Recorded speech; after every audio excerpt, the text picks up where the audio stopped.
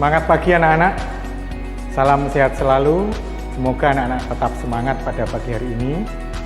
Pada materi kali ini kita akan mempelajari tentang dasar negara. Ada yang tahu apa itu dasar negara? Jadi bisa kita lihat pada gambar di samping. Ini adalah fondasi sebuah rumah. Jadi dasar itu sama dengan fondasi. Kalau negara, maka kita juga bisa melihat gambar yang di samping di sini. Di sini ada bangunan yang dibalut dengan warna merah putih. Ini menggambarkan negara kita.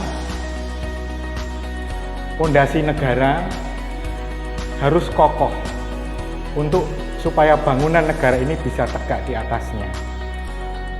Nah, anak-anak sekalian, untuk dasar negara, pengertiannya adalah fondasi bagi berdirinya sebuah negara, ya, sebagai pelaksanaan ketatanegaraan kita, sumber segala peraturan negara. Dasar negara dijadikan tujuan, cita-cita, acuan yang ingin dicapai. Tujuan, cita-cita, acuan itu nanti yang kita kenal sebagai pandangan hidup. Selanjutnya adalah kedudukan Pancasila sebagai dasar negara. Di awal sudah saya sampaikan bahwa dasar negara ini mengatur penyelenggaraan pemerintahan negara yang meliputi semua bidang, mulai dari ideologi, politik, sosial, ekonomi, kebudayaan, serta pertahanan keamanan. Dasar negara kita bisa kita temukan di dalam pembukaan Undang-Undang Dasar 45 alinea yang keempat. Dasar negara ini sering juga disebut sebagai dasar falsafah negara ataupun ideologi negara. Dasar negara juga dimuat di dalam TAP MPR nomor 18 tahun 1998. Yang intinya di sini adalah penegasan kedudukan Pancasila sebagai dasar negara. Anak-anak, rincian kedudukan Pancasila sebagai dasar negara ada 3 poin. Yang pertama, Pancasila adalah sebagai sumber dari segala sumber hukum.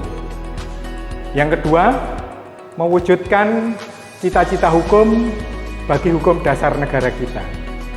Serta yang ketiga, sumber semangat bagi Undang-Undang Dasar Negara 45. Kemudian sebagai sumber dasar pula atau sumber semangat bagi penyelenggara negara dan pelaksana pemerintahan. Nah, silakan diamati gambar-gambar berikut ini. Ya. Anak-anak bisa melihat yang kita tampilkan di sini. Gambar yang pertama di sini adalah fungsi Pancasila sebagai pedoman hidup.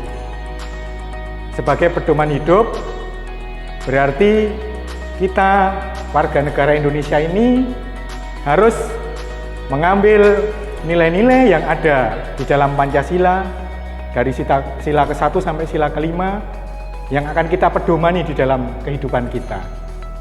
Yang kedua, fungsi Pancasila sebagai jiwa bangsa. Bagaimana tampak di dalam gambar? Sebagai jiwa bangsa, Pancasila di sini adalah terwujud di dalam diri seluruh rakyat Indonesia. Harus ada di dalam diri kita, diri seluruh rakyat Indonesia ini. Sehingga bisa kita amalkan di dalam kehidupan kita sehari-hari. Fungsi yang ketiga adalah sebagai kepribadian. Yang namanya kepribadian ini adalah nilai-nilai Pancasila diam dan menetap di dalam setiap warga negara Indonesia.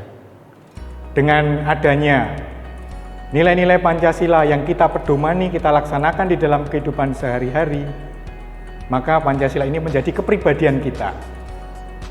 Fungsi yang keempat adalah sebagai sumber dari segala sumber hukum. Artinya seluruh peraturan hukum yang ada harus bersumber dari Pancasila dan tidak boleh bertentangan dengan nilai-nilai Pancasila.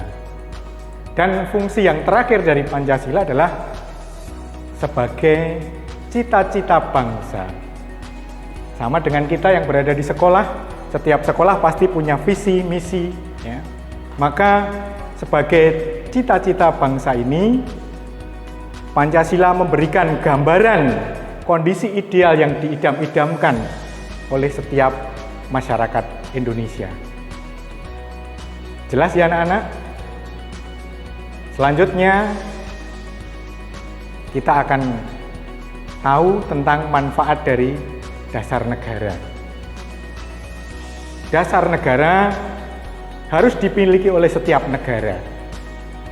Karena dengan memiliki dasar negara, maka negara kita akan memiliki landasan kehidupan berbangsa dan bernegara yang kuat dan kokoh. Negara kita akan memiliki sumber hukum yang memberikan jaminan kepastian hukum bagi kita semua. Kemudian, apa akibatnya kalau kita tidak memiliki dasar negara ini? Maka keberlangsungan negara kita tidak akan bisa dijamin.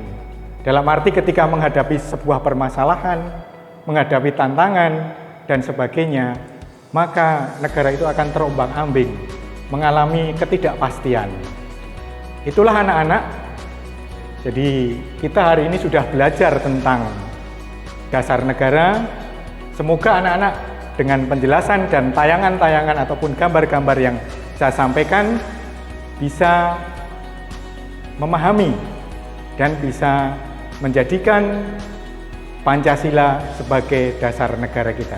Sekian, terima kasih. Sampai bertemu kembali di dalam pertemuan selanjutnya.